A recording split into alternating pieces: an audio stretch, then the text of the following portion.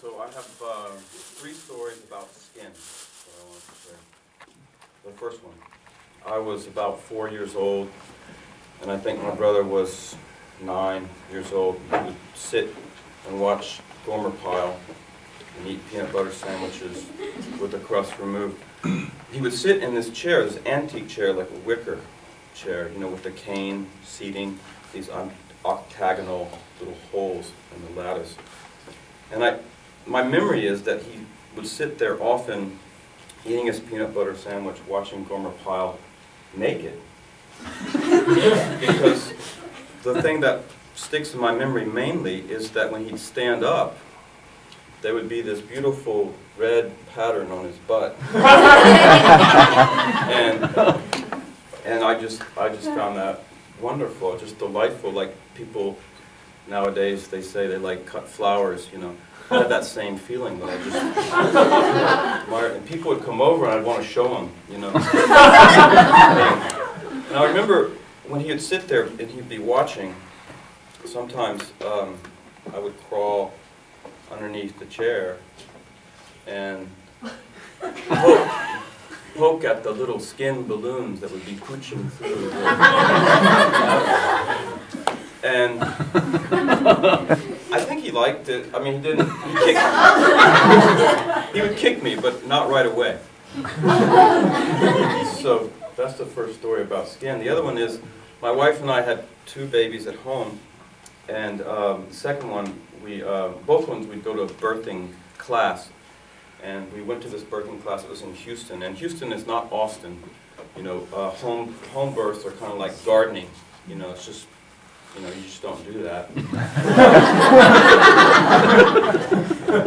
So we were there. We were probably the hippie couple, and then there was the yuppie couple and the country couple. They were the most interesting. With the man was, I called him the Texan because he had a big buckle and boots, and he never spoke. But he was there. He was there supporting his wife.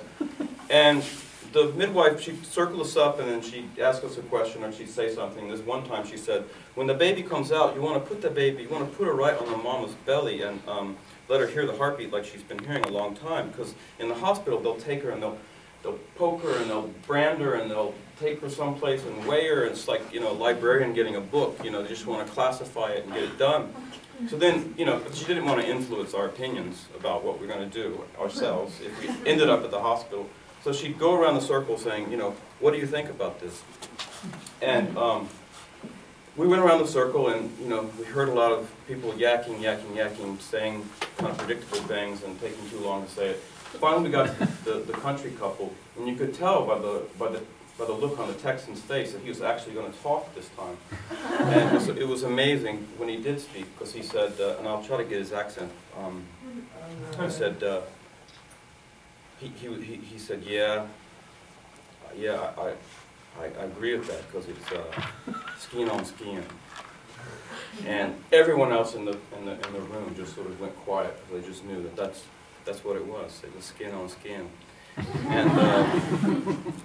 And I, as a parent, that's just so much of my adoration for my children find itself expressing itself through, like, touch. You touch their cheek, you touch their arms, you touch their little legs, their little feet. You know, when they're little, you can, you know, pat their butts and this sort of thing. They'll let you, you know, touch them all the way up until like they're 11 or 12, and then that's over. The last story is also about parenting and skin, but it's a little less tender. My father used to, he was kind of old school disciplinarian.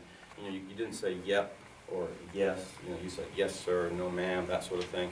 And one time he paddled us. It was only once, and then he recanted. But it was funny because I went online to sort of just check this out, and I Googled it, and at howto.com they had how to paddle your child. They had 3 things. You need 3 things. You need love, patience, paddle. You can look it up, that's what it says. And then they give the specifications for the paddle: 16 inches, 24 inches with the handle, 4 inches wide. That interested me just because it reminded me of when my dad made that paddle. He cut it out, and on that day, and then he'd take a drill and he drilled the holes in it. And then we were there and we were watching him, and we said, why the holes? And he said, so when the air goes through, you know, it's faster. And I remember thinking, you know, perversely, if it would make those little red dots. Thank you very much.